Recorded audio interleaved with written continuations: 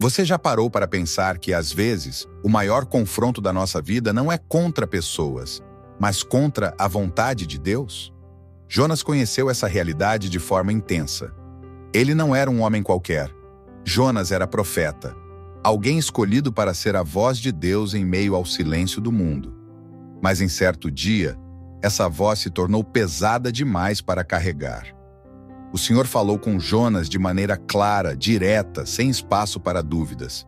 Levanta-te, vai à grande cidade de Nínive e clama contra ela, porque a sua maldade subiu até mim. Parecia simples, levar uma mensagem de arrependimento a um povo distante. Mas havia um problema. Nínive não era apenas uma cidade comum. Era a capital da Assíria, conhecida pela sua crueldade, violência e idolatria. Os ninivitas eram inimigos declarados de Israel. Levar uma mensagem de Deus até eles? Para Jonas, isso era impensável. E é aqui que começa o dilema que prende a nossa atenção. Jonas não questionou se era realmente Deus falando. Ele sabia que era. O problema não era a mensagem, mas o destino. Nínive representava tudo o que Jonas temia e desprezava. Então, em vez de obedecer, ele decidiu fugir. E como se foge do Deus que fez o céu, a terra e o mar, Jonas acreditou que poderia. Desceu até Jope, encontrou um navio rumo a Tarsis, que ficava na direção oposta a Nínive, e embarcou. Era como se dissesse: se Deus está para o leste, eu vou para o oeste. Mas aqui está o detalhe intrigante. Fugir de Deus pode parecer possível nos primeiros passos. O navio estava lá, o dinheiro da passagem também, o mar calmo. Tudo indicava que daria certo. Só que a calmaria é muitas vezes apenas o prelúdio da tempestade. Jonas acreditava que tinha escapado do chamado. Mal sabia ele que o Deus que o enviou a Nínive também seria o Deus que iria encontrá-lo em alto mar. Jonas estava no navio, acreditando que tinha deixado o problema para trás. O barulho do mar parecia uma canção de liberdade, e o balanço das ondas embalava a falsa sensação de segurança. Mas Deus não havia desistido dele. De repente, o céu começou a mudar. Nuvens negras se formaram e o vento rugiu como um leão prestes a atacar. Logo, o navio foi sacudido por uma tempestade tão violenta que parecia querer despedaçá-lo em 1000 pedaços. Os marinheiros, homens acostumados ao mar, se viram em pânico. Cada um clamava ao seu Deus desesperado por socorro. Jogaram ao mar cargas preciosas para tentar salvar a embarcação, mas nada adiantava. Enquanto isso, onde estava Jonas? Dormindo. No porão do navio, indiferente ao caos ao redor, ele descansava como se não tivesse nenhuma responsabilidade no que estava acontecendo. Era um sono pesado, não de paz, mas de fuga. O corpo descansava, mas a alma estava em guerra. O capitão o encontrou e, indignado, gritou: "Como podes dormir? Levanta-te e clama ao teu Deus. Talvez ele se lembre de nós para que não pereçamos." Jonas, então, foi trazido para a realidade. Os marinheiros, sem saber o que fazer, lançaram sortes para descobrir de quem era a culpa daquele desastre. E a sorte caiu sobre ele. Olhos atentos e cheios de medo, se voltaram para o profeta fujão. "Declara-nos agora, por que nos sobreveio este mal? Qual é o teu ofício? De onde vens? Qual é a tua terra? De que povo és?" Jonas, pressionado, confessou: "Eu sou hebreu e temo ao Senhor, o Deus do céu, que fez o mar e a terra." O silêncio tomou conta por um instante. Aqueles marinheiros entenderam algo aterrador. O Deus de Jonas não era apenas mais um ídolo, mas o criador de tudo, inclusive daquele mar furioso. E se o Criador estava contra eles, quem poderia resistir? Apavorados, perguntaram: "Que faremos contigo para que o mar se acalme?" Jonas não hesitou. "Levai-me e lançai-me ao mar, e o mar se aquietará, porque eu sei que por minha causa vos sobreveio esta grande tempestade." Ele sabia que a fuga tinha chegado ao fim, mas os marinheiros ainda tentaram remar para a terra, sem sucesso. Então clamaram ao Senhor, o Deus de Jonas, pedindo perdão e, por fim, o lançaram ao mar revolto. E assim que o corpo de Jonas caiu nas águas, o impossível aconteceu. O vento cessou, o mar se acalmou e a tempestade virou bonança. Os marinheiros antes idólatras agora temiam o Deus verdadeiro. Fizeram sacrifícios e votos a ele. Jonas, por outro lado, afundava nas águas, acreditando que aquele era o seu fim. Mas a história estava apenas começando. As águas envolveram Jonas, e a escuridão do oceano o engoliu como um manto de morte. O frio cortava sua pele, o ar lhe faltava, e o peso das ondas o arrastava cada vez mais fundo. Ele sentia o corpo ser vencido pelo mar implacável. No coração, o profeta tinha certeza. Aquele era o fim da sua fuga. Mas o Deus que havia enviado a tempestade também tinha preparado algo extraordinário. Quando Jonas já não tinha forças, uma sombra colossal se aproximou nas profundezas. Com um movimento rápido, um grande peixe, imenso e silencioso, abriu a boca e o engoliu inteiro. De repente, Jonas não estava mais afogando-se nas águas, mas vivo, no ventre daquele animal. A escuridão agora era ainda mais intensa, um breu absoluto. O ar era pesado, o espaço apertado. Havia silêncio, apenas interrompido pelos sons do mar e do movimento das entranhas do peixe. Jonas estava preso, sozinho, sem saída. Durante 3 dias e 3 noites, ele permaneceu ali, no que parecia ser uma prisão viva. Mas aquele lugar, que parecia sua sepultura, seria também o espaço onde sua alma seria quebrada e transformada. Foi ali, nas profundezas do ventre do peixe, que Jonas finalmente se dobrou diante de Deus. Ele começou a orar. E sua oração não era de desespero apenas, mas de reconhecimento. Ele disse: "Na minha angústia clamei ao Senhor, e Ele me respondeu. Do ventre do inferno gritei, e tu ouviste a minha voz. Lançaste-me no profundo, no coração dos mares, e a corrente das águas me cercou. Todas as tuas ondas e as tuas vagas passaram por cima de mim, mas eu me lembrarei do Senhor." No ventre do peixe, Jonas entendeu que fugir de Deus nunca é o caminho. Mesmo quando ele disciplina, também prepara o resgate. Ao final de sua oração, Jonas declarou com firmeza: "Mas eu, com a voz do agradecimento, te oferecerei sacrifícios, o que votei pagarei. Do Senhor vem a salvação." E então algo aconteceu. O peixe, obedecendo ao comando de Deus, nadou até a praia. Com um movimento repentino, vomitou Jonas sobre a areia. Cansado, sujo, mas vivo, Jonas tinha recebido uma segunda chance. Jonas estava exausto, deitado na areia, depois de ser lançado pelo grande peixe. O gosto amargo do mar ainda em sua boca, o corpo dolorido e o coração pesado. Mas no fundo havia algo novo. Ele ainda estava vivo. E mais do que isso, estava diante de um Deus que não havia desistido dele. Pela segunda vez, a voz do Senhor veio até Jonas, clara como um trovão que rompe o silêncio. "Levanta-te, vai à grande cidade de Nínive e proclama contra ela a mensagem que eu te ordeno." Era como se Deus estivesse dizendo: "Jonas, eu não mudei de ideia. A minha vontade continua a mesma. Você tentou fugir, mas eu continuo sendo Deus. Agora escolha, obedeça." Jonas sabia que não podia mais resistir. Ele havia experimentado a dor de lutar contra o Altíssimo, e agora entendia. É melhor obedecer logo do que enfrentar novamente a disciplina de Deus. Então, com passos firmes, o profeta se levantou e seguiu em direção a Nínive. E essa não era uma cidade qualquer. Nínive era a capital do Império Assírio, conhecida por sua violência, brutalidade e idolatria. Seus exércitos eram temidos em todo o mundo, pois conquistavam com crueldade e deixavam rastros de destruição. Para Jonas, a ideia de levar a mensagem de Deus a esse povo era quase insuportável. Afinal, eram inimigos de Israel, homens de guerra, pessoas sem misericórdia. Mas ali estava ele, um simples profeta com uma mensagem poderosa, indo enfrentar uma das maiores cidades da terra. Ao chegar perto, Jonas se impressionou com o tamanho da cidade. As muralhas eram imensas, os portões imponentes, e dentro dela havia multidões de homens, mulheres e crianças. A cidade era tão grande que se levava 3 dias para atravessá-la de ponta a ponta. E foi exatamente isso que Jonas começou a fazer. Com coragem renovada, ele levantava a voz em meio às ruas lotadas e declarava a mensagem de Deus. Ainda 40 dias, e Nínive será destruída.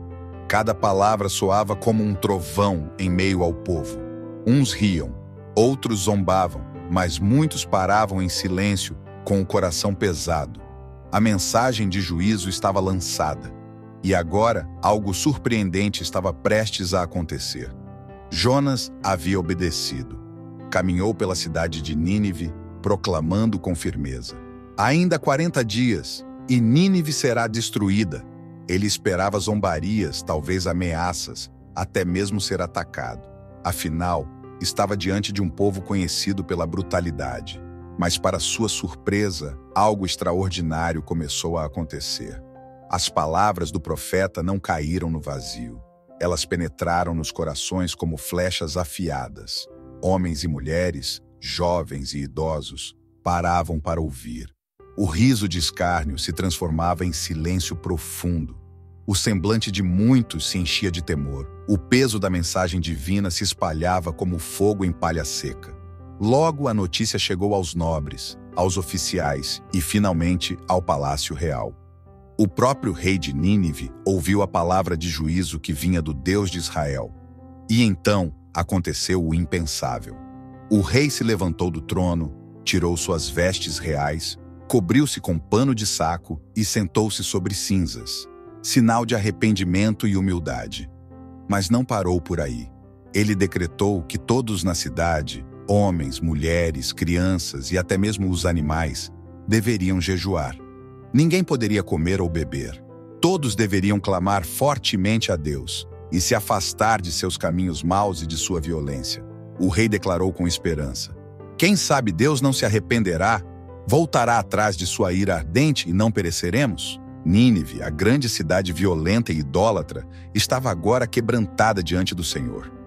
As ruas que antes ecoavam com gritos de guerra e comércio, agora estavam cobertas de silêncio, jejum e lágrimas de arrependimento. Jonas observava essa cena.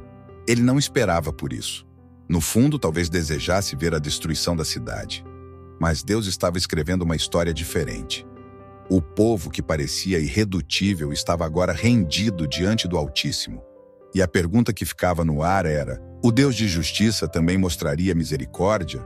Os céus observavam Nínive, uma cidade inteira, conhecida pela crueldade, pela violência e pela idolatria, agora estava de joelhos. As ruas estavam cheias de pessoas vestindo panos de saco, chorando, clamando por perdão. Até mesmo os animais estavam privados de alimento, em sinal de arrependimento coletivo. E então, o que parecia impossível aconteceu. Deus viu. O Senhor contemplou as lágrimas, a mudança de atitude, a renúncia ao pecado. Ele viu corações endurecidos se tornando quebrantados. A Escritura diz: viu Deus o que fizeram, como se converteram do seu mau caminho, e Deus se arrependeu do mal que tinha dito que lhes faria, e não o fez. Jonas 3:10. Em vez de destruição, houve perdão. Em vez de juízo, houve graça. Aquele povo, que estava há 40 dias da ruína, foi salvo pela misericórdia do Senhor. Mas se os céus estavam em festa, Jonas não estava. O profeta, que tinha sido testemunha de um dos maiores avivamentos da história, não se alegrou. Seu coração estava amargo. Ele sabia que Deus era compassivo, tardio em irar-se e grande em misericórdia. E isso, em vez de enchê-lo de gratidão, o encheu de frustração. Jonas não queria ver Nínive perdoada. No fundo, ele desejava que o fogo do juízo caísse sobre a cidade. Então, ao perceber que Deus havia poupado os ninivitas, Jonas ficou profundamente irado e começou a questionar o próprio propósito de sua missão. Ele havia pregado, eles haviam se arrependido, Deus havia perdoado. Mas em seu coração, Jonas se sentia derrotado. E ali começa o confronto mais íntimo da história: o profeta contra a misericórdia de Deus. Jonas saiu da cidade. Ele não conseguia suportar a cena de uma Nínive perdoada. Enquanto os moradores celebravam o livramento, O profeta caminhava para fora dos muros, carregando em seu coração uma mistura de raiva e decepção. Ele construiu para si um abrigo simples, uma espécie de cabana improvisada, e ali se assentou, olhando para a cidade de longe. Era como se dissesse: quero ver se Deus realmente não vai destruí-los. O coração de Jonas estava em guerra. Em oração, ele abriu sua alma diante do Senhor, mas não com humildade. Pelo contrário, suas palavras eram carregadas de revolta. Ah, Senhor, não foi isso que eu disse estando ainda na minha terra? Por isso me adiantei, fugindo para Tarsis, pois sabia que és Deus clemente, misericordioso, longânimo e grande em benignidade, que te arrependes do mal. Jonas 4:2. Era como se Jonas dissesse: eu sabia que o Senhor iria perdoá-los. Eu preguei, mas no fundo não queria que fosse assim. O profeta, que deveria se alegrar com o arrependimento de milhares de pessoas, preferia morrer a ver a misericórdia de Deus triunfando sobre o juízo. Ele chegou a orar pedindo a própria morte, mas Deus, em sua infinita paciência, não o repreendeu com dureza. Ao contrário, respondeu com uma pergunta simples, mas profunda: é razoável essa tua ira? Jonas 4:4. Jonas não respondeu. Ele apenas permaneceu sentado, esperando talvez por algum sinal de destruição. E foi nesse cenário de teimosia, silêncio e coração endurecido que Deus decidiu dar ao profeta uma lição viva, uma experiência que iria expor a contradição de sua ira e revelar mais uma vez a profundidade da graça divina. Jonas permanecia fora da cidade, sentado em sua cabana improvisada. O sol ardente castigava sua cabeça e o calor parecia aumentar ainda mais a sua irritação. Foi então que Deus decidiu agir de uma forma inesperada. Durante a noite, o Senhor fez crescer uma planta, grande e frondosa, que se ergueu sobre o abrigo de Jonas. De repente, ele tinha sombra fresca para descansar. Ao acordar e ver a planta, Jonas sentiu um alívio profundo. Sua alma, cansada e amarga, encontrou algum conforto naquela sombra. A Bíblia diz que ele se alegrou em extremo por causa da planta. Jonas 4:6. É curioso notar, Jonas não havia se alegrado com a conversão de toda uma cidade, mas vibrou por causa de uma simples planta que lhe trouxe alívio pessoal. Essa cena revela como, muitas vezes, nosso coração valoriza mais o que toca diretamente nossa vida do que o que glorifica a Deus ou abençoa os outros. Porém, a lição ainda não estava completa. Na madrugada seguinte, Deus enviou um verme que atacou a planta, fazendo-a secar. Logo após, veio um vento quente do Oriente, e o sol queimava fortemente sobre a cabeça de Jonas. Sem sombra, sem alívio, ele novamente desabou em desespero. Chegou a pedir a morte, repetindo: melhor seria morrer do que viver assim.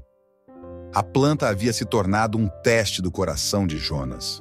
Deus não estava apenas trabalhando em Nínive, mas principalmente dentro do próprio profeta. Jonas estava furioso, cansado e sem forças. Sua mente girava em torno da planta que havia secado e do calor insuportável que o consumia. Mas foi nesse momento que Deus começou a falar diretamente ao coração do profeta. O Senhor lhe perguntou: Jonas, você tem razão em se irar por causa da planta? E Jonas, em sua teimosia, respondeu: sim, tenho razão até para morrer por causa dela. Então Deus revelou a lição final. Você tem compaixão de uma planta pela qual não trabalhou, que não fez crescer e que em uma noite nasceu e em outra morreu. E não deveria eu ter compaixão da grande cidade de Nínive, em que há mais de 120.000 pessoas que não sabem discernir entre a mão direita e a esquerda, além de muitos animais? Jonas 4:10-11. Essas palavras ecoaram como um raio na alma de Jonas. O profeta, que havia se alegrado com uma simples sombra, não tinha se alegrado com a salvação de milhares de vidas. Mas Deus mostrou que seu coração vai muito além do nosso egoísmo. Ele ama até mesmo os que parecem ser nossos inimigos. A história termina em silêncio. Não sabemos qual foi a resposta de Jonas, e talvez esse silêncio seja a maior lição. A resposta não pertence apenas a Jonas, mas a cada um de nós. Deus nos convida a escolher entre guardar ressentimento ou abraçar a compaixão divina, entre valorizar apenas o que nos toca ou enxergar a grandeza do amor que alcança a todos. O livro de Jonas termina de forma intrigante. Não há registro da resposta final do profeta, não sabemos se ele se arrependeu ou se continuou endurecido em sua ira. Esse final em aberto não é um acaso. Ele nos coloca dentro da história, como personagens que precisam dar a sua própria resposta. A mensagem central é clara: o coração de Deus é maior do que o nosso. Enquanto Jonas queria justiça imediata, Deus ofereceu misericórdia. Enquanto Jonas se preocupava apenas com sua sombra passageira, Deus se preocupava com centenas de milhares de pessoas que caminhavam para a destruição. Essa tensão continua viva nos dias de hoje.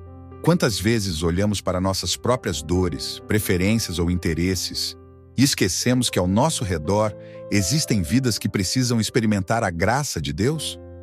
O livro de Jonas não é apenas sobre um profeta rebelde que fugiu de sua missão. É sobre um Deus que nunca desiste. Não desistiu de Nínive, não desistiu de Jonas, e também não desiste de mim e de você. Assim como Jonas foi chamado a anunciar a palavra que salvaria uma cidade inteira, nós também somos chamados a compartilhar as boas novas de Cristo.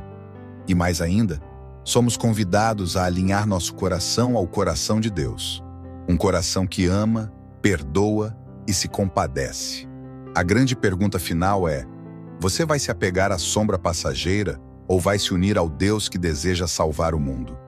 Esse encerramento fecha o ciclo e deixa espaço para reflexão pessoal e apelo espiritual. Se esta mensagem falou ao seu coração, deixe um comentário dizendo: eu quero viver o chamado de Deus. Deixe seu like para alcançar mais pessoas. Inscreva-se no canal e ative as notificações para não perder nenhuma mensagem. E compartilhe este vídeo com alguém que precisa ser lembrado do amor e da misericórdia de Deus. Porque assim como Jonas, você também foi chamado, e Deus conta com você.